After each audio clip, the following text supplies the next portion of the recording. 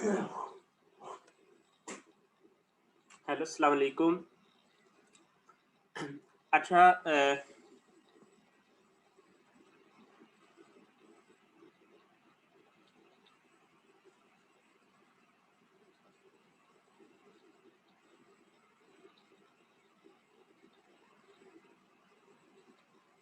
एक स्टूडेंट ने हम्म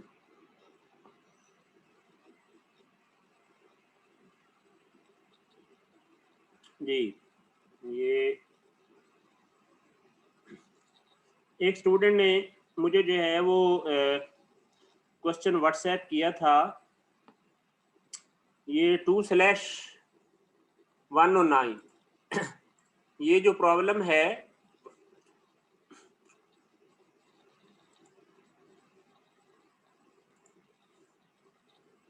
ये वाला, कि इसका जो है वो सॉल्यूशन जो है वो एक्सप्लेन कर दें। ठीक है, तो अब ये देखो, ये है नॉर्मल टेंजेंशियल का जो है वो सिस्टम है।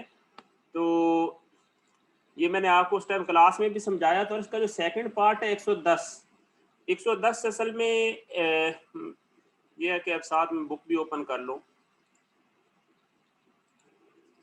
ये आपने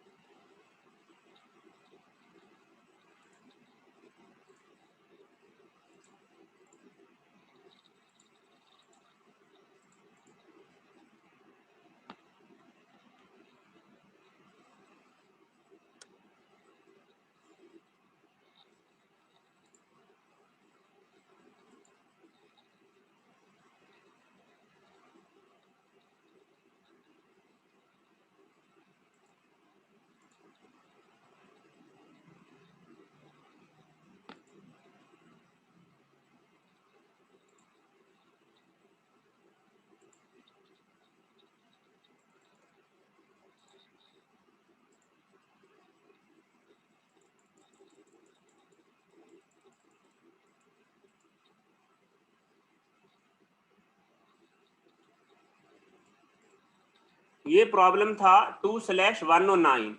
उसने कहा था कि एन ओवरहेड व्यू, और इसका वो ये जो 110 पार्ट था ये तो आपके जिम्मे लगाया था यार। ये आप लोगों ने जो है ना, अब इसको मैंने खुद सॉल्व तो नहीं किया, लेकिन आपने पूछा है तो मैं जो मुझे समझ आती है इस टाइम जो है वो मैं इसमें बता दूंगा। तो बहरहाल यो वो कहता है कि an overhead view of part of a pin ball game is shown if the plunger imparts, ये यहाँ पे प्लंजर लगा हुआ, imparts a speed of 3 meter पर second to the ball which travels in the smooth horizontal slot, determine acceleration a of the ball just before exits the curve at c। यानी वो कहता है कि जब ये कर्व पे जो है ना वो एग्जिट करता है, अब ये स्मूथ हॉरिजेंटल गाइड है, सही हो गया। जस्ट बिफोर, क्या कहता है, just before it exits the curve at C, कि इस कर्व पर जो है ना वो जस्ट बिफोर जब भी कहता है तो इसका मतलब क्या हो जाएगा कि उस वक्त नॉर्मल एक्सेलेरेशन लाजमी होगा।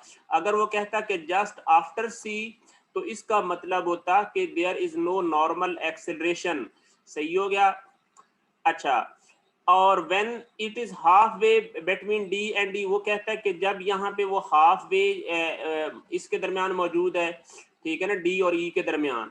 और फिर कहता है कि when it is half way between use the values are 150 and theta 60। तो प्रॉब्लम बिल्कुल आसान है, मुश्किल नहीं है इसका। तो साथ जो मैंने सॉल्व किया हुआ है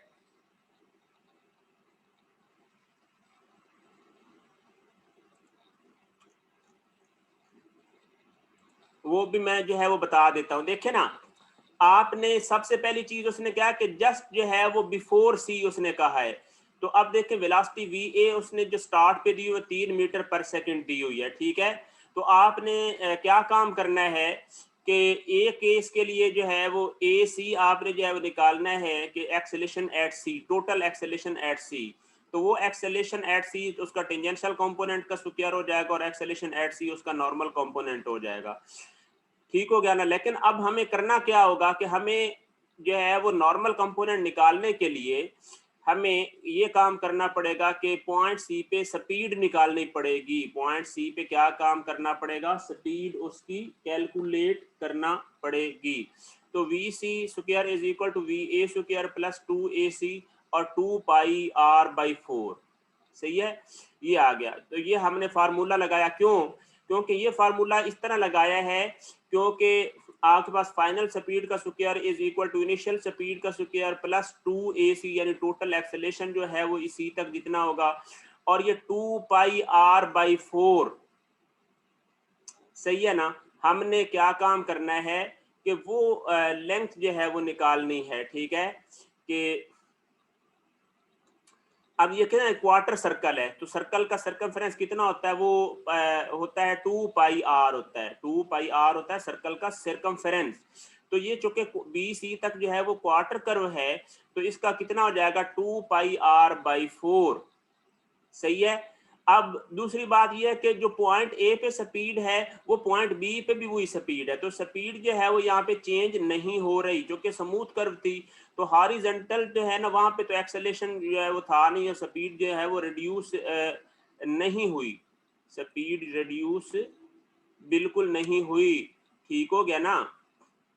ये जो चीज जो है ये लिखी हुई है, स्पीड कोई रिड्यूस नहीं, स्मूथ गाइड है। ठीक है ना, स्पीड जो है वो सेम रहती है, तो इस वजह से क्या हो जाएगा, स्पीड उसकी हो गई सेम। तवज्जो रहे। तो यहाँ पर हमने इसका ACN निकाल लिया, यहाँ से ACN अब किसके बराबर हो जाएगा, वो VC²/ρ आ जाएगा। तो VC हमें पता है। ठीक हो गया।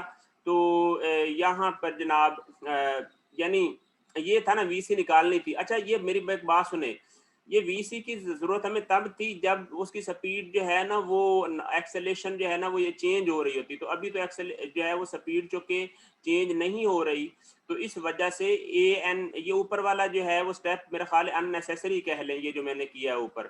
तो ACN ये VC²/ρc और ये 3/0.15 आ गया, और ये 60 आ गई।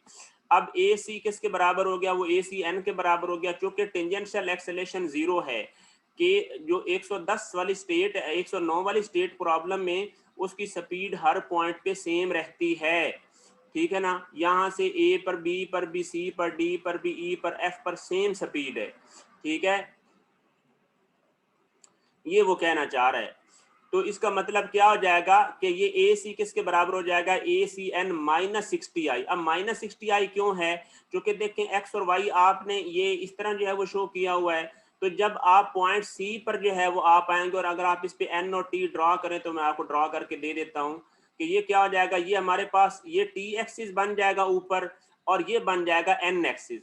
तो हमारा नॉर्मल एक्सेलेरेशन आप देखें तो वो क्या हो जाएगा, AN एट सी इस तरफ हो जाएगा ना उसकी डायरेक्शन, लेकिन हमारा एक्स जो कि इस तरफ पॉजिटिव है, तो ए एन को एक्स के लिहाज से लिखे मैग्नीट्यूड को, तो वो बन जाएगी नेगेटिव। चेक करें, यानी वो क्या बन जाएगी, -60i बन जाएगी, यानी जो कि आई डायरेक्शन इस तरफ पॉजिटिव थी, तो वो नेगेटिव डायरेक्शन में था उसके, तो हमने आई की फॉर्म में लिखा तो -60i बन गया। Because normal is always toward the centre, जो कि नॉर्मल टुवर्ड द सेंटर होता है, लेकिन एक्स एक्सिस उससे अवे है।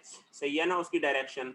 तो ये जो है वो 60i जी। अब जो है वो बताएं कि इसमें कोई डिफिकल्टी है, ये जो जहाँ तक मैंने जो बताया है, किसी को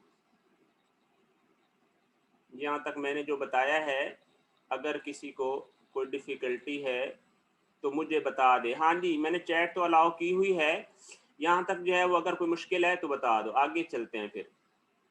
ये प्रॉब्लम है, चूँकि स्टूडेंट ने मुझे कहा था, तो मैंने कहा चलें इसको एक्सप्लेन कर दें। इसको जी ठीक हो गया। अच्छा जी, अब उसने कहा कि when the ball is at H, यानी half way D and E, या जब डी और ई के दरमियान हाफ वे डिस्टेंस पे है। हाफ वे का मतलब क्या है कि वो इनके मिडल में है यहाँ पे। तो आप मुझे बताएं, थीटा 60 है, तो डी और उस हाफ वे पॉइंट का नाम मैंने एच रख दिया है, तो वहां तक एंगल कितना बनेगा, वो बन जाएगा 30 डिग्री बनेगा। तो ये देखें कि हमने ये 30 डिग्री एंगल जो है वो इधर भी यानी बन जाएगा, और इस तरफ भी। ठीक है ना, हॉरिजॉन्टल और वर्टिकल के साथ आप इस पॉइंट पे बनाएं तो एंगल कितना बनेगा, ठीक है, वो 30 डिग्री बनेगा। ये देखिए मैं बताता हूँ कैसे, भला आपको बना के बताता हूँ। ये देखें हाफ वे, अब ये एंगल यानी इसका मतलब है 30 डिग्री बन गया ना, ये एंगल बन गया 30 डिग्री। तो आप मुझे बताएं अल्टरनेटिवली ये एंगल भी तो 30 डिग्री बनेगा ना, ये एंगल भी 30 डिग्री बन गया, सही हो गया, ये एंगल भी बन गया 30 डिग्री। तो वर्टिकली जो है वो साफ जरा हम इसी फॉर्म में जो है वो लिख लेंगे, ये अल्टरनेट एंगल ये भी 30 डिग्री बन गया। तो वही काम किया है, चेक करें आगे क्या किया है, ये आ गया। तो वो कहता है कि when at half way D and D, तो ए टी एच तो जीरो हो गया ना, यानी ए टी जो है वो एच पॉइंट पे टेंजेंशियल कंपोनेंट जीरो हो गया, क्योंकि स्पीड जो है वो चेंज नहीं हो रही, ठीक है ना। तो A T H A H किसके बराबर हो गया, वो ए एच एन के बराबर हो गया, और वो बन जाएगा 60 cos 30 आई। क्यों 60 जो है वो नॉर्मल एक्सेलेरेशन जो है वो है। अब वो क्यों, क्योंकि स्पीड हर पॉइंट पे सेम है और इसका रेडियस भी सेम है, तो स्पीड सेम हो जानी है ना, जो कि पॉइंट एच पे भी वही स्पीड होनी है और पॉइंट ए सी एटसेट्रा हर पॉइंट पे। तो नॉर्मल एक्सेलेरेशन जो है ना वो सेम हो गया, जो कि रॉ सी भी उसके बराबर है, जो कि रॉ एच के बराबर है, और वी सी भी रॉ वी एच के बराबर है। यानी यूँ समझे कि यहाँ पे नॉर्मल एक्सेलेरेशन सेम है जो जितना यहाँ पर है, लेकिन उसकी डायरेक्शन साफ ज़रा डिफरेंट होगी।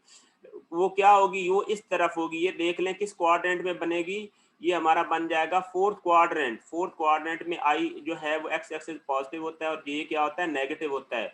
तो 60 cos 30 आई बन जाएगा और माइनस 60 sin 30 जे बन जाएगा। इसको जो है वो सॉल्व किया तो 60 51.96 और माइनस 30 जे आ गया, ठीक हो गया, ये आ गया जनाब ये। तो अब आगे आ गया जी, क्या भला उसने बोला था, when it is halfway between point D and E, use the values of R50, ये आ गया, ठीक हो गया। अब जनाब आगे कहता है जी, हाँ 110 प्रॉब्लम शुरू हो गया। अच्छा बताएं जी 109 में कोई मुश्किल है तो मुझे चैट में टाइप करके जल्दी बताओ। ये चूंकि स्टूडेंट ने क्वेश्चन किया था तो मैंने कहा ये जो है वो बता दूं उसको। सर जी नॉर्मल वेक्टर फोर्थ क्वाड्रेंट में कैसे है, काइंडली एक्सप्लेन कर दें। ये मैं बिल्कुल एक्सप्लेन करता हूँ, तवज्जो रहे तवज्जो, ये मैं आपको एक्सप्लेन कर देता हूँ। देखिए नॉर्मल वेक्टर इस वजह से है, मैं इधर बना दूं आपको। देखिए यहाँ पे आपने नॉर्मल टेंजेंशियल में हर पॉइंट पे आपने एन एंड टी सिस्टम बनाना होता है। बताएं ये जो है वो टी एक्सिस इस तरह बनेगा, तो एन एक्सिस क्या बनेगा, ये बिल्कुल ऐसे सेंटर में से ऐसे गुजरेगा ना। तो अब जो नॉर्मल एक्सेलेरेशन होता है वो हमेशा towards the centre of curvature होता है। सेंटर ऑफ कर्वेचर इस कर्व का किस तरफ है, यानी देखे ना कर्व इस तरफ है तो सेंटर ऑफ कर्वेचर इस तरफ ही होगा ना। देखिए ये पॉइंट सी होगा उसका सेंटर ऑफ कर्वेचर। तो जो नॉर्मल एक्सेलेरेशन होता है वो हमेशा सेंटर ऑफ कर्वेचर की तरफ होता है, तो इस वजह से ए एन एट एच क्या हो जाएगा, वो इस तरफ हो जाएगा। समझ आ गई है या नहीं आई, ये रीजन है। अब इस पर जो है वो क्या था कि इस पर इस तरफ था, यानी वो क्या होना है, कर्व पे टेंजेंट पे नॉर्मल होता है, ठीक है। तो इस पे इस तरफ था नेगेटिव आई में, इसमें क्या हो जाएगा, चूंकि फोर्थ क्वाड्रेंट में बन जाता है ना। एक्स और वाई को देखें, अगर आप इधर एक्स एक्सिस यहाँ पे ड्रॉ कर दें इस पॉइंट पे और वाई ऊपर ड्रॉ कर दें, तो आपका ये वेक्टर का जो है वो तीर का निशान किस क्वाड्रेंट में पड़ा होगा, वो हो जाएगा फोर्थ क्वाड्रेंट में। सी का एक्स पॉजिटिव हो जाएगा और वाई इधर नेगेटिव हो जाएगा, ये दो कंपोनेंट्स बनेंगे। जल्दी बताएं जी, क्लियर है जी, ओके। हाँ जी, हाँ तो ये रीजन है, समझ आ गई ना। तो ये अब मैं 110 जो है प्रॉब्लम ये भी बता देता हूँ। देखिए उसमें उसने प्रॉब्लम में ये कहा कि for the pin ball game of problem 109, if the plunger imparts an initial speed of 3 meter to the ball at time t is equal to 0, determine the acceleration a of the ball at time t is equal to 0.8 second and at time is equal to 0.2 second.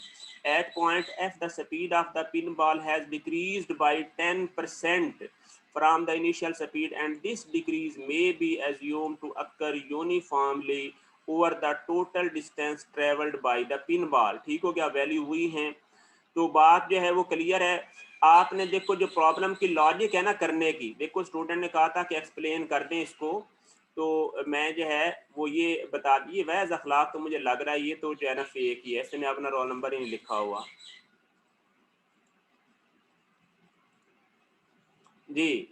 तो ये जो लिखा हुआ है ना determine the, अब आपने करना क्या है कि टाइम जो दिए हुए है ना इसके ऊपर आपने देखना है कि उसकी पोजीशन क्या है। अब सबसे बड़ी बात यह कि जब उसको टाइम बता देता है तो आपने देखना है कि इनिशियल स्पीड उसकी ये है और इसका जो है वो टोटल लेंथ के ऊपर 10% का डिक्रीज होना है। तो आपने देखना है कि टाइम 8 पे स्पीड कितनी है और लोकेशन कितनी है, यानी उसकी लोकेशन क्या है और स्पीड क्या है। ये काम कर लिया तो फिर बाकी जो है वो सारा सॉल्व हो जाएगा, ठीक है ना। उसी प्रॉब्लम को उसी तरह सॉल्व करना है। सिर्फ और सिर्फ बात ये है कि आपका ये बताया हुआ है। देखें जी कैसे होगा कि 110 प्रॉब्लम देखें। आपने देखना है कि total distance between A and D, A and F के दरमियान टोटल डिस्टेंस आपने निकालना है, सही है ना। तो टोटल डिस्टेंस कितना हो जाएगा, वो ए भी गिवन है आर के बराबर है और बी सी का ये क्वार्टर सर्कल है, डी सी भी आर के बराबर है, डी ई क्या है आर थीटा। आप मतलब जो सेक्टर वाला फार्मूला लगाएंगे सरकमफ्रेंस का, सेक्टर का जो है ना वो ये होता है सरकमफ्रेंस, ठीक है ना, यानी आर थीटा बनेगा सिंपल और ये बन जाएगा एफ ई भी आर के बराबर है। तो इस सारे को जब आप ऐड करेंगे, ये देखिए 0.15 और ये जो है वो कितना है, ये भी क्वार्टर सर्कल बन गया, ये फिर आगे आ गया सेक्टर का फार्मूला आ गया, ये बिल्कुल स्ट्रेट फॉरवर्ड है। टोटल कर्व लेंथ ये बन गई। अब देखें कि हमें पता चल गया कि इस टोटल लेंथ तक जो है वो उसकी स्पीड इतनी डिक्रीज हो जाती है 10%, ठीक है ना। तो आप मुझे बताएं अगर 10% डिक्रीज हो रही है तो एफ पर स्पीड कितनी होगी, सही है ना। देखें वो कहता है कि start point speed at start point F, speed at point F के बराबर किसके बराबर होगी, वो हो जाएगी speed at point A minus 10% of speed at A. तो इसका 10% डिक्रीज कर देंगे जो ए पे स्पीड थी तो क्या हो जाएगा, ये हमें पॉइंट एफ पे स्पीड टोटल मिल जाएगी, ठीक है। स्पीड जनाब हमें जो है वो ये मिल गई कि यहाँ पे 3 थी और उसका 10% लेंगे इसका, सही है ना। तो 10% जब लेंगे तो कितना आ जाएगा, 0.1 मल्टीप्लाइड बाई 3 आ जाएगा, 2.7 आ जाएगी, यानी स्पीड टोटल कितनी चेंज हो गई है 2.7। अब हमारे पास आ जाएगा जी डिसेलरेशन कितना हो गया है, तो हम ये फार्मूला लगाएंगे V F square is equal to V A square plus 2a square और ये आ जाएगा। अब ये जो एक्सेलेरेशन आ जाएगा ना, ये एक्सेलेरेशन थ्रू आउट हर पॉइंट पे सेम होगा, यानी नेगेटिव आ गया 1.01544, ठीक हो गया। ये देख लें अगर इसमें कोई मुश्किल है, ये आप सबको समझ आई है कि स्पीड एट पॉइंट एफ कैसे आई है। और जल्दी बताओ ये जो है ना अगर किसी को कोई डिफिकल्टी है इसमें तो बिल्कुल स्ट्रेट फॉरवर्ड से ये प्रॉब्लम है कि -1.01544, ठीक है ये आ गया। तो आप बिल्कुल जो है वो मेरी एक बात सुनो, तैयारी करो इस लिहाज से कि आपने सब्जेक्ट की लर्निंग करनी है। आप इस बात को छोड़ो कि आपने एग्जाम पास करना है या आपने वहां पे कोई जो है वो तुक्के लगाने हैं। अगर आप इसके कंसेप्ट ले लोगे तो फिर आप वो प्रॉब्लम कर लोगे जो एग्जाम में मौजूद हैं। द एक्सेलेरेशन के यूनिट्स मीटर पर सेकंड क्यों लिखे हैं, बिल्कुल आपने बड़ा अच्छा और टाइम पे क्वेश्चन किया है। ये गलती है जी, ये जो लिखा हुआ है ना मीटर पर सेकंड, ये बिल्कुल जो है वो साफ मैंने मैनुअली सॉल्व किया है तो जल्दी में मैं नहीं लिख पाया, ये इधर सेकंड स्क्वायर होना चाहिए, अभी मेरे लिखने का इसको फायदा होना नहीं, तो ये मैंने गलत लिखा है, ठीक है ना। तो इसमें कोई परेशानी की मेरा नहीं ख्याल कि कोई इतनी बात होनी चाहिए, सही है ना। जैसे बुक वाला गलती कर सकता है तो मैं भी कर सकता हूँ, ठीक है ना। ये मीटर स्क्वायर होना चाहिए था, इस पर कोई कंप्रोमाइज नहीं। मैंने ना कोई अभी थ्योरी दी है कोई नया, ना कोई रिसर्च डिस्कवर कर ली है कि इसकी जो है वो मीटर पर सेकंड स्पीड होनी चाहिए, ठीक है ना। तो मीटर पर सेकंड स्क्वायर ही होनी चाहिए जी। आगे चले, सही है। अच्छा ये आ गया। अब इसको जो है वो अब हमने स्पीड हमने देखना है कि टी 1.0.8 पे स्पीड कितनी होगी। तो सिंपल जो है वो V not plus A T वाला फार्मूला लगाया है, तो ये स्पीड हमें पता चल गया 2.98, ओके हो गया। तो हमें स्पीड का ये पता चल गया। तो अब जो है वो हमने अगला काम ये देखना है कि हमने देखना है कि जो है वो टाइम 0.08 पे वो उसकी लोकेशन क्या होगी स्टार्ट से, तो वो देख लें वो क्या बन जाएगी। वो फार्मूला लगाया है टाइम वाला, ठीक है ना, S not plus B not T plus half A T square. ये फार्मूला लगाया तो हमारे पास स्पीड यानी पता चल गया कि लोकेशन जो है वो ये बन गई है, ठीक है ना, लोकेशन बन गई है ये। अब हमने देखना क्या है, हमने ये देखना है कि जो इसका रेडियस था, तवज्जो रहे तवज्जो, जो आर है वो कितना है, वो 0.15 है ना, ये देखिए आर कितना था 0.15। तो अब हमारा जो आंसर आया है वो थे 0.2367। अब आप देखें कि अगर इसके अंदर ये जो है वो 2πr ऐड करें तो आप इससे ऊपर जो है वो चले जाएंगे। तो इसका मतलब है कि हम देखेंगे कि इसके अंदर ही कहीं है। हम देखते हैं कि distance covered inside the curve हमने देखना है, और वो कितना हो जाएगा, वो हो जाएगा कि बी सी यानी डिस्टेंस हो जाएगा ना, वो कितना हो जाएगा, वो 0.2367, और ये आ जाएगा उसमें से -1.5 जो है वो ये यानी इसमें से ये डिस्टेंस जो है वो निकाल दे, क्योंकि आपके पास देखें ये टोटल डिस्प्लेसमेंट आया है, टोटल डिस्प्लेसमेंट आया, टाइम आपने निकाला है, एक्सेलेरेशन वगैरह, तो अब आपने वो निकाला तो आपको जो है वो पता चल जाएगा, ये सही है ना, ये 0.08675 जो है वो मीटर ही आ गया। आगे आपने S is equal to R theta लगा के फिर ये क्या काम किया कि आपने देखना है कि ये कर्व का तक डिस्टेंस तो ये ट्रेवल कर लिया, लेकिन उसका एंगल कितना बनता है उस कर्व का सेंटर पे, उस कर्व का सेंटर पे एंगल कितना बनता है। तो वो आपने क्या किया, इसको S is equal to R theta के बराबर कर दिया, यहाँ पे थीटा निकल आया 33.14। तो ये देख लें, ये मैंने बनाया, इसका मतलब है कि ये B से आगे C यहाँ तक चला गया इस कर्व के अंदर, और यहाँ तक जो इसने एंगल बनाया है वो एंगल इस डायरेक्शन में उसने बना लिया 33.14। तो इसका मतलब है कि इधर पॉइंट सी तक जो है वो दूसरा एंगल बन गया 90 - 33.14 और 56.68। अब हमने जो है वो ए एन निकाल लिया कि वी टी स्क्वायर भाई, हमने इस पर रॉ निकाल लिया ना, यानी रॉ तो हमें पता है 1.5 है, तो 2.981 इसका जो है वो था एक्सेलेरेशन था ना, ये ऊपर ये देखिए ये निकाला था, वेलोसिटी थी, स्पीड थी, तो उसका स्क्वायर किया और 0.15 पे डिवाइड किया, 56.76 आ गया। अब हमने निकाल लिया कि ए टी एट टाइम 0 पे, अब इसमें ये हो जाएगा कि यहाँ पे हमें पता चल जाएगा कि जो स्पीड है, हमें ये भी पता चल गया, देखें कि जो था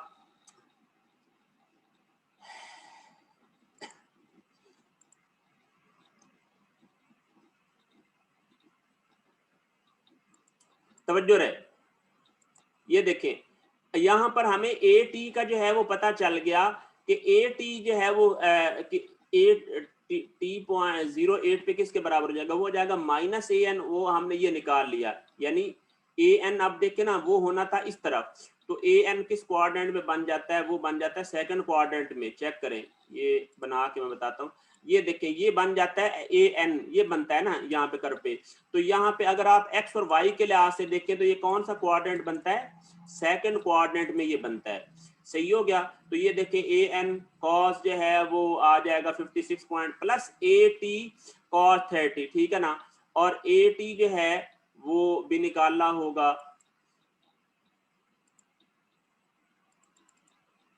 ए टी भी निकालना होगा, वो कहाँ पे निकाला है कि चेक करता हूं मैं, सही है ना,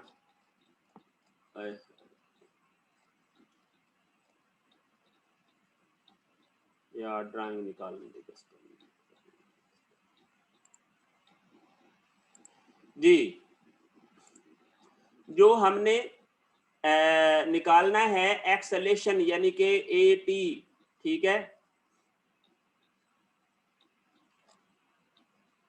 ये देखे ना, ये नहीं निकला पड़ा, ये देखे -1.1015, तो ये था, ये जो कि थ्रू आउट सेम है ना, A T through out same है, ले जी, तो ये आ जाएगा -1.04, ये आ जाएगा, और ये देखें हमने सिर्फ मैग्नीट्यूड ली है और मैग्नीट्यूड देखा कि ए टी साफ ज़रा इस तरफ होगा ना, जो कि डिसलेशन था, अगर होता एक्सेलेरेशन तो वो इस तरफ होता, जो कि देखिए स्पीड हो रही थी decrease with respect to time, तो इस वजह से हमने डायरेक्शन इस तरफ ड्रा की है, स्पीड जो है वो वी सी की जो है वेलोसिटी होनी है, वी सी इस तरफ होनी है, सॉरी इस पॉइंट पे जो स्पीड होनी है वो होनी है इस तरफ, ठीक है, लेकिन जो टेंजेंशियल कंपोनेंट है वो अपोजिट में होना है, क्योंकि वो डिक्रीज हो रहा था। तो इस वजह से अब ये किस थर्ड क्वाड्रेंट में बना है, तो इसका आई भी नेगेटिव हो गया और ये देख लें जे भी नेगेटिव हो गया ए टी का, और इसी तरह ए एन का जो है वो ये बन गया, सही है ना।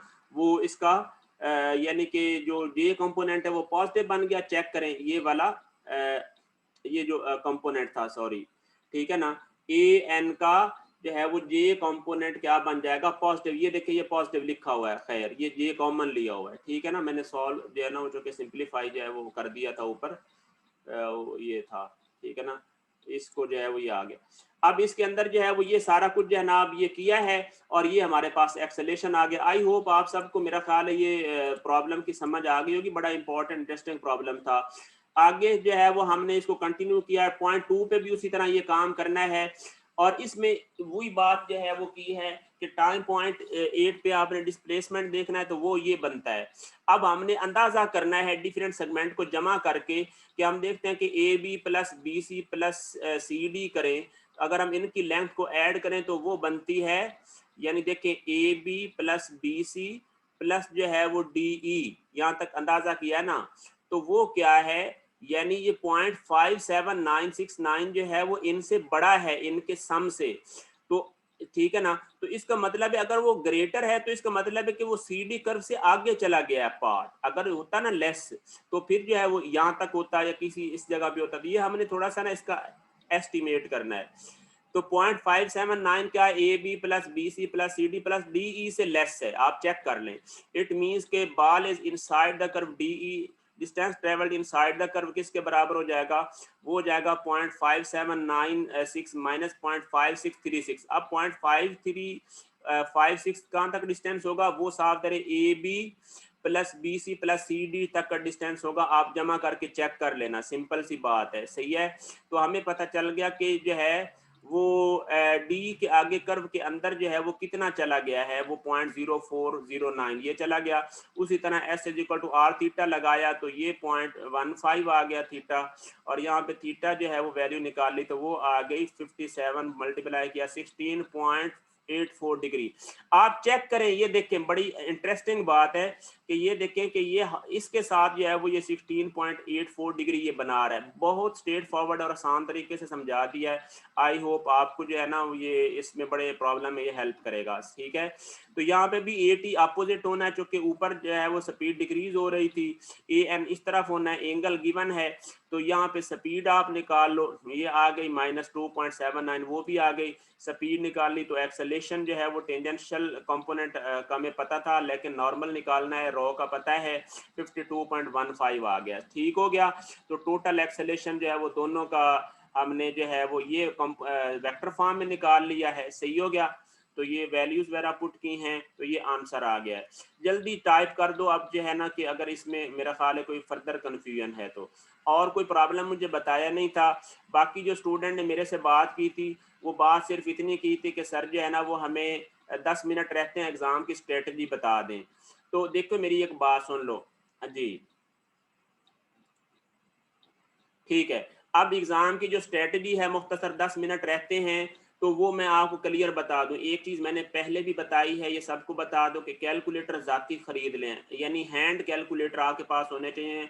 Mobile calculator will not be allowed, mobile अपने साथ लाने भी नहीं कोशिश करें, अगर लाएं तो साथ किसी जो है ना वो उधर स्टूडेंट को दे दें जो बाहर ही हो क्लास के। आपने अपने साथ मोबाइल नहीं रखने। कोई ऐसा प्रॉब्लम नहीं है जिसके अंदर कोई ग्राफिकल कैलकुलेटर या हमारे पास इस तरह का पोलिनोमियल वाला हो। जो क्वाड्रेटिक्स वगैरह बनेगी या कोई भी प्रॉब्लम बनता है तो आपने उसको खुद उधर जो है वो मौके पे सॉल्व करना है, ठीक है। और दूसरी चीज मैंने ये बताई है कि मैंने हर आर्टिकल से जो है वो प्रॉब्लम जो है वो यानी कि शामिल करने की कोशिश की है।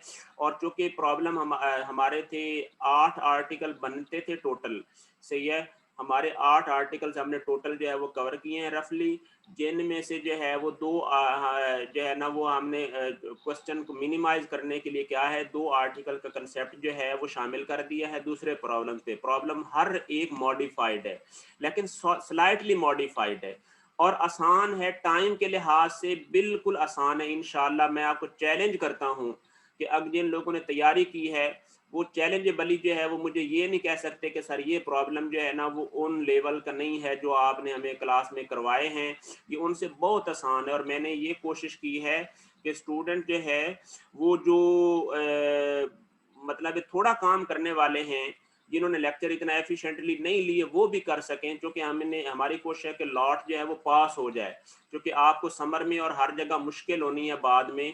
आप इसको फर्स्ट टाइम अगर क्लियर कर गए तो कर गए, सही है।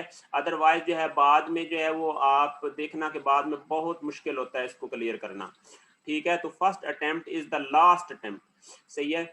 और बाकी मैंने आपको बता दिया है, क्या बताया है कि जो है वो हर आर्टिकल्स और वो इसी जो शीट दी है इसी में से क्वेश्चन उठाए हैं। जो टोटल जो ड्यूरेशन है, टाइम है, वो तकरीबन जो है वो मैंने अभी जो मेंशन किया हुआ है पेपर के ऊपर वो है यानी कि 1 आवर एंड जो है वो तकरीबन कह लें कि 50 मिनट, यानी 2 आवर्स कह लें। 2 आवर्स आपको मिल सकते हैं, लेकिन इससे ऊपर 1 मिनट नहीं मिलना।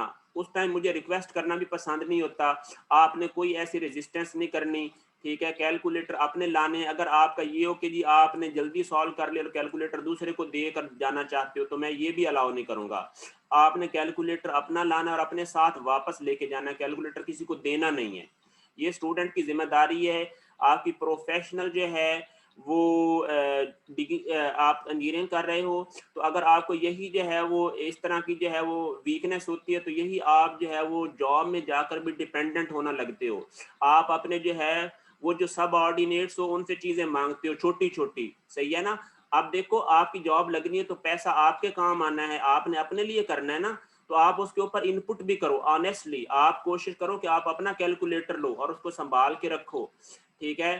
तो कैलकुलेटर को जो है वो बंदा मतलब थोड़ा केयरफुल होके रहता है, क्योंकि अगर वो एक दफा जब गिर जाता है तो वो खराब हो जाता है, तो उसको गिरने नहीं देना, ठीक है ना। आप बेशक साथ जो है वो कोई पाउच वगैरह या उसमें जो है वो साथ मतलब कर लें, ठीक है ना, जहाँ पे जैसे भी है बिल्कुल एक जस्ट लाइक ए लेबरर जो है वो वर्क किया करें। तो ये बात है। टाइम जो है वो आपने करते जाना है, उसके हिसाब से आपको जो है ना वो बता दिया जाएगा। बाकी आपने किसी एग्जामिनर से, अगर कोई एग्जामिनर आपके जो है वो सीट वगैरह चेंज करता है तो आपने उसमें रेजिस्टेंस नहीं करनी, क्योंकि जब आप रेजिस्टेंस करेंगे तो फिर क्या हो जाएगा, वो और जो है वो चूंकि आपसे सुपीरियर है तो वो आपको और रेजिस्टेंस करेगा, ठीक है ना, वो जिद पे आ जाएगा। तो आपने फर्स्ट अटेम्प्ट में जल्दी जल्दी बगैर टाइम ज़ाय किए आपने ये काम करना है, ठीक है।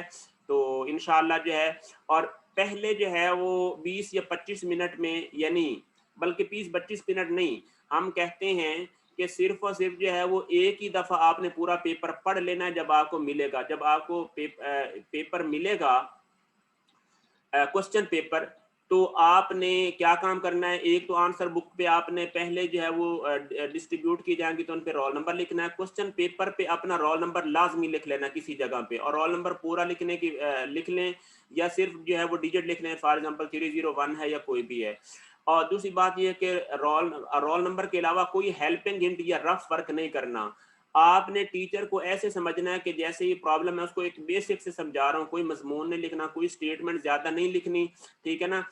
और याद रखें कि जब वेलोसिटी का लफ्ज आए ना कि फाइंड द वेलोसिटी, तो एक बात याद रख लें कि या तो आप वेलोसिटी की मैग्नीट्यूड और उसका एंगल साथ मेंशन कर दें कि इस हॉरिजॉन्टल के साथ या वर्टिकल के साथ ये एंगल है, या फिर उसको आई और जे कंपोनेंट में रिजॉल्व करके जो है ना वो वेक्टर फॉर्म में लिख दें। तो ये दो तरीके हैं। आप अगर सिर्फ स्पीड के मैग्नीट्यूड निकाल देते हैं तो वो वेलोसिटी नहीं होती। आपने मैग्नीट्यूड निकाल दिया तो आपको वो पूरे नंबर नहीं मिलेंगे। जब वेलोसिटी का लफ्ज आएगा कि determine the velocity at a specific point, तो वेलोसिटी का मतलब है कि मैग्नीट्यूड भी निकालने और एक्सेलरेशन भी। अब उसके दो तरीके हैं, वो ये है कि या तो आप स्पीड निकाल के मैग्नीट्यूड निकाल के आप उसका एंगल बता देते हो कि हॉरिजॉन्टल के साथ वर्टिकल के साथ ये ऐसे रफ सी डायग्राम ऐसे बना देते हैं। मसलन मैं आपको बता देता हूँ, दो नोटेशन मैं इधर बना के बता देता हूँ कि कैसे हो जाए। आपसे वेलोसिटी वो पूछता है तो उसके रिप्रेजेंट करने के दो तरीके हैं कि वेलोसिटी जो है वो किसके बराबर हो जाएगी। वो हो जाएगी फॉर एग्जांपल मैंने कहा है कि 5 मीटर पर सेकंड। ये देखें दो तरीके मैं बता रहा हूँ, 5 मीटर पर सेकंड ये आ जाएगा। अब फॉर एग्जांपल इसका हॉरिजॉन्टल के साथ सेकंड क्वाड्रेंट में कितना एंगल बन रहा है, फॉर एग्जांपल 30 डिग्री बन रहा है, तो मैं इसको ऐसे जो है वो बना दूंगा, ऐसे जो है वो रफ सा ये रेफरेंस बना दूंगा हॉरिजॉन्टल, और ये अप्रोक्सीमेटली ऐसे करके ना, ये मैं ये बना दूंगा ये ऐसे, ठीक है ना, इसके साथ ये स्पीड लिखूंगा और साथ ये बता दूंगा कि ये एंगल जो है वो फॉर एग्जांपल मैंने थीटा नाम रखा हुआ है, जो भी इसको मैं कह दूंगा कि थीटा है जनाब ये 30 डिग्री, ठीक है ना। ये मैं सारा बता देता हूँ। अगर फर्स्ट कोऑर्डिनेट में हो तो फिर भी इसी तरह ये रेफरेंस बना देना है और ये इस तरह जो है वो बना देनी है, ठीक है ना। ये आ जाएगी, ये स्पीड ये आ जाएगी, ये आ जाएगी, ये इधर जो है वो आप फॉर एग्जांपल कह देते हो कि 15 डिग्री पे है तो ये बना देते हो इस तरह, ठीक है। अगर जो है वो थर्ड क्वाड्रेंट में हो तो फिर जो है वो आप ऐसे बना दोगे, सही है ना।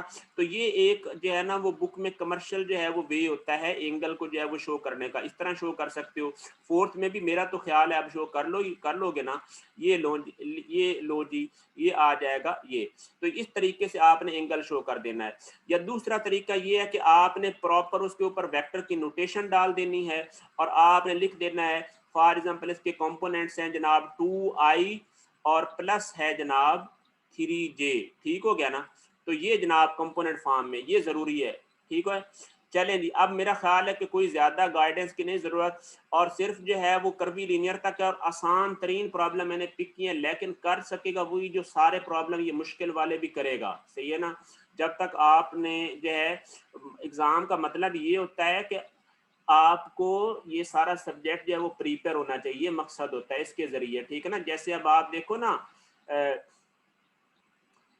मकसद ये हमारा जो इसके जो मेन जो पॉइंट होता है कि हमने थोड़ा सा जो है वो चीज़ चेक करनी है एग्जाम के लेवल से, इससे आपके सारा कुछ सिलेबस प्रिपेयर है, ठीक है ना। ये हमारे पास ये गारंटी होती है इस चीज़ की, और वो हर टीचर की अपनी परसेप्शन होती है। मैंने कोशिश की है कि पेपर जो है वो आपको लेंथी लगेगा, लेकिन लेंथी नहीं है, टाइम मैनेजमेंट करनी है और उसको ब्लाइंडली स्टार्ट नहीं करना। पहले प्रॉब्लम सारा क्वेश्चन पेपर पढ़ लेना है, पहले जो है वो 15 मिनट में 20 मिनट में जब मिलेगा एक दफ़ा पढ़ लेना है, सही है ना।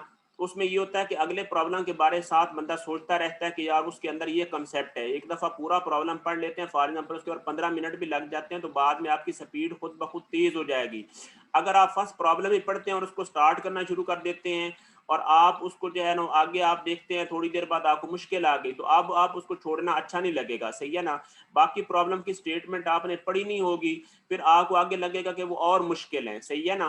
तो आपने हमेशा ये काम करना है कि एग्जाम में सबसे पहले वो प्रॉब्लम स्टार्ट करते हैं कि जो प्रॉब्लम आपको सबसे ज्यादा क्लियर हो, जो सबसे ज्यादा आसान लगे आपको, वो स्टार्ट करना है, सही है। और दूसरी बात आपने इस बात का भी खास जो है वो जो है ना वो ख्याल रखना है, ठीक है ना, कि प्रॉब्लम का जो क्वेश्चन नंबर है ना जो इधर क्वेश्चन पेपर पे दिया हो वो लिखना है। ये नहीं लिखना कि आप जिस तरतीब से कर रहे हैं ना, आपने फॉर एग्जांपल 5th क्वेश्चन पहले नंबर पे स्टार्ट किया तो उसका नाम क्वेश्चन 1 ही लिख देना, उसका नाम वही रेफरेंस कॉल करना है जो उधर क्वेश्चन पेपर पे दिया हुआ है। ये बहुत बड़ी ब्लंडर अक्सर स्टूडेंट जो है वो कर जाते हैं।